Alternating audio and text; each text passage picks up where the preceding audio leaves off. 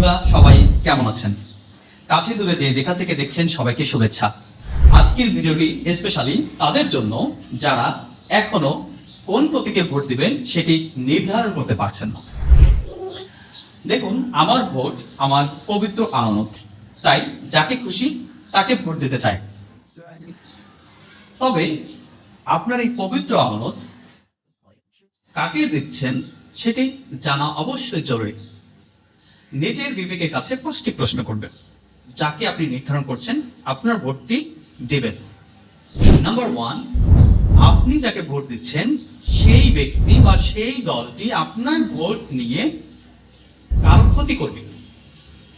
Number 2, আপনি যাকে vote দিচ্ছেন সেই ব্যক্তি অথবা সেই দল আপনার ভোটের পাওয়ার নিয়ে সে দুর্নীতি করবে কিনা। যদি উত্তর হ্যাঁ হয়, অবশ্যই তাকে ভোট দেওয়ার ক্ষেত্রে বিরত থাকতে হবে। নাম্বার 3, আপনি যাকে ভোট দিচ্ছেন সেই ব্যক্তি আপনার ভোটের পাওয়ার নিয়ে কারো জমি দখল করবে কিনা।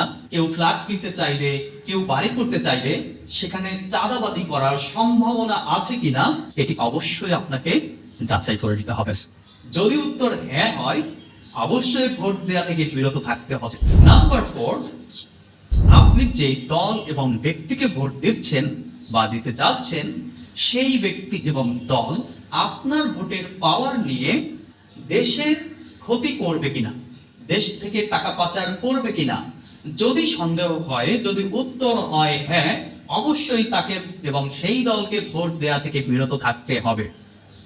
নাম্বার 5, আপনি যেই দলকে যেই প্রতীককে ভোট দিচ্ছেন বা দিতে যাচ্ছেন সেই দল এবং ব্যক্তি আপনার ভোটের ক্ষমতা নিয়ে অথবা আপনার ভোটের 5 বছরের পাওয়ার নিয়ে সে আবার 10 অথবা 15 অথবা 20 বছর যাবৎ ক্ষমতা আঁকড়ে ধরতে চায় কিনা বা সেই সম্ভাবনা আছে কিনা, সেটি যাচাই করে যদি উত্তর হ্যাঁ হয়, অবশ্যই তাকে ভোট দেওয়া থেকে বিরত থাকতে হবে।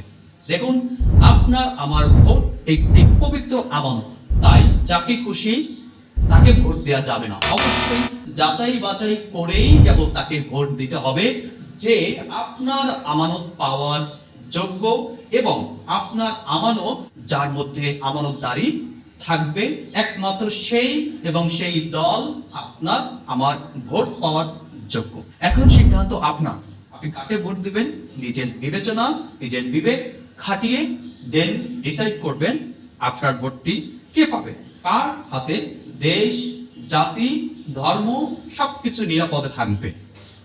আজকে ভিডিওটি ছিল এই পর্যন্তই। সবাইকে অসংখ্য ধন্যবাদ শেষ পর্যন্ত সাথে থাকার জন্য। আসসালামু আলাইকুম।